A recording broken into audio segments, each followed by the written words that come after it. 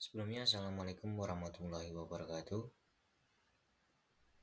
Kami dari kelompok yang beranggotakan saya sendiri, Ahmad Ridho, dan teman saya, Bagus Ismanto, akan mempresentasikan materi yang berjudulkan pemeriksaan komponen transmisi manual.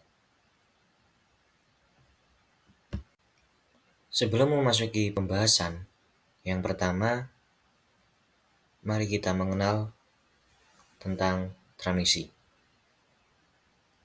Transmisi manual adalah sistem yang memungkinkan pengemudi untuk mengubah rasio gigi secara manual, memungkinkan kendaraan untuk bergerak dengan efisiensi dan kecepatan yang optimal dalam berbagai kondisi. Contohnya apabila kita akan perjalanan naik atau nanjak, itu akan membutuhkan torsi yang besar atau akselerasi yang besar.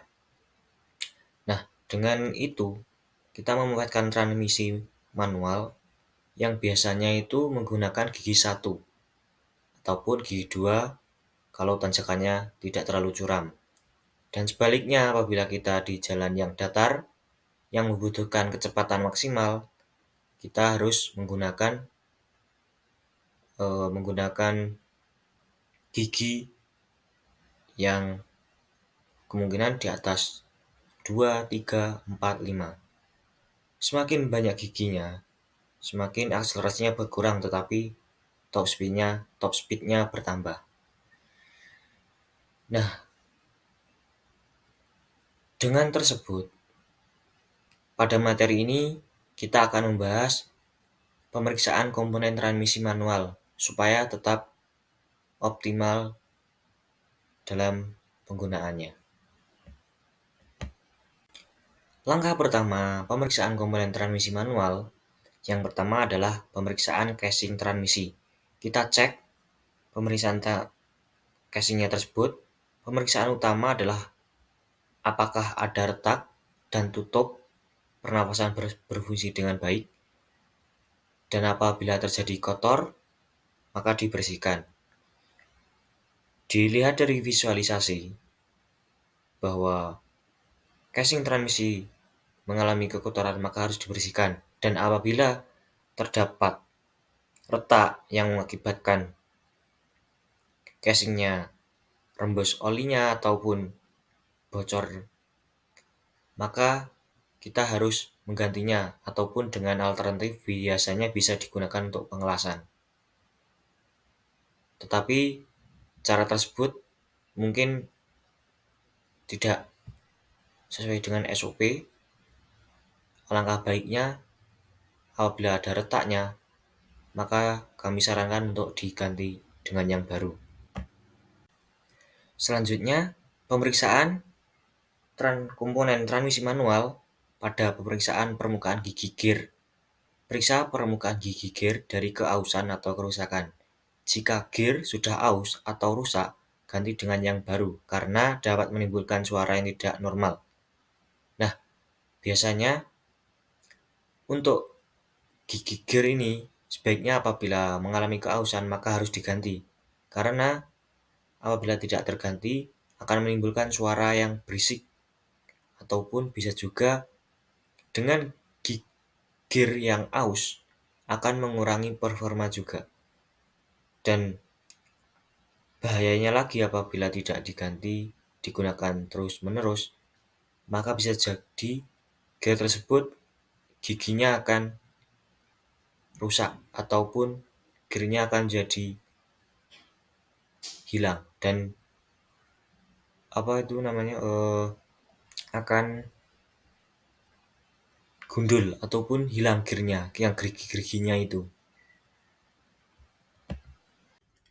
Pemeriksaan bantalan. Bersihkan bantalan, kemudian putar. Periksa apakah bantalan dapat berputar secara halus. Periksa juga kesamaan komponen res luar dan res dalam pada bantalan roll. Dan ganti satu set jika terdapat masalah. Periksa juga bagian busing dari keausan, goresan, dan juga keretakan. Nah, apabila dari beberapa pemeriksaan bantalan tersebut tidak terdapat kendala, maka dapat dipastikan bantalan yang ada pada transmisi tersebut dalam keadaan normal atau berfungsi dengan baik. Apabila ada kendala, maka harus diperbaiki atau dilakukan penggantian komponen apabila terdapat komponen-komponen yang rusak ataupun dirasa sudah tidak sesuai dengan standar operasional kerja. Pemeriksaan mekanisme sinkromes. Yang pertama, ukur celah antara sinkronizer ring dan gear pasangannya. Apabila ukurannya sama atau di bawah nilai yang ditentukan, ganti sinkronizer ring. Apabila ada kaosan yang relatif besar pada kon gear, ganti satu set. Nah, pada sinkronis ring yang sudah aus tersebut akan menyebabkan beberapa masalah yang akan terjadi pada mekanisme transmisi. Antara lain yang pertama, proses memasukkan gigi bisa akan lebih sulit daripada biasanya karena ada keausan ataupun ada kerusakan pada mekanisme sinkromes. Oleh karena itu, apabila terdapat kerusakan atau komponen yang sudah tidak sesuai dengan standar pemakaian, maka harus diganti.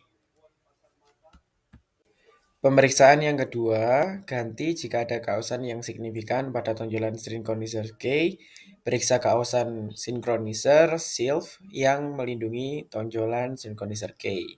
Jadi disesuai dengan visualisasi yang ada, maka kita harus memeriksa sesuai dengan standar yang ada. Apabila sudah tidak memenuhi standar atau terdapat kaosan yang signifikan, maka harus diganti agar transmisi dapat berjalan dengan baik tanpa adanya kendala.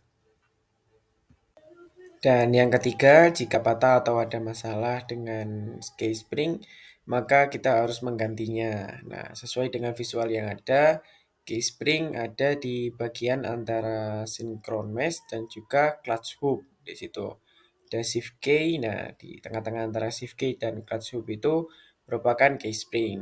Apabila di dalam case spring itu terdapat patah, maka harus kita ganti atau dalam case spring juga terdapat keausan yang signifikan, maka harus kita ganti. Mungkin cukup sekian presentasi dari kelompok kami. Apabila ada kurang lebihnya, mohon maaf. Billahi taufiq wal hidayah. Wassalamualaikum warahmatullahi wabarakatuh.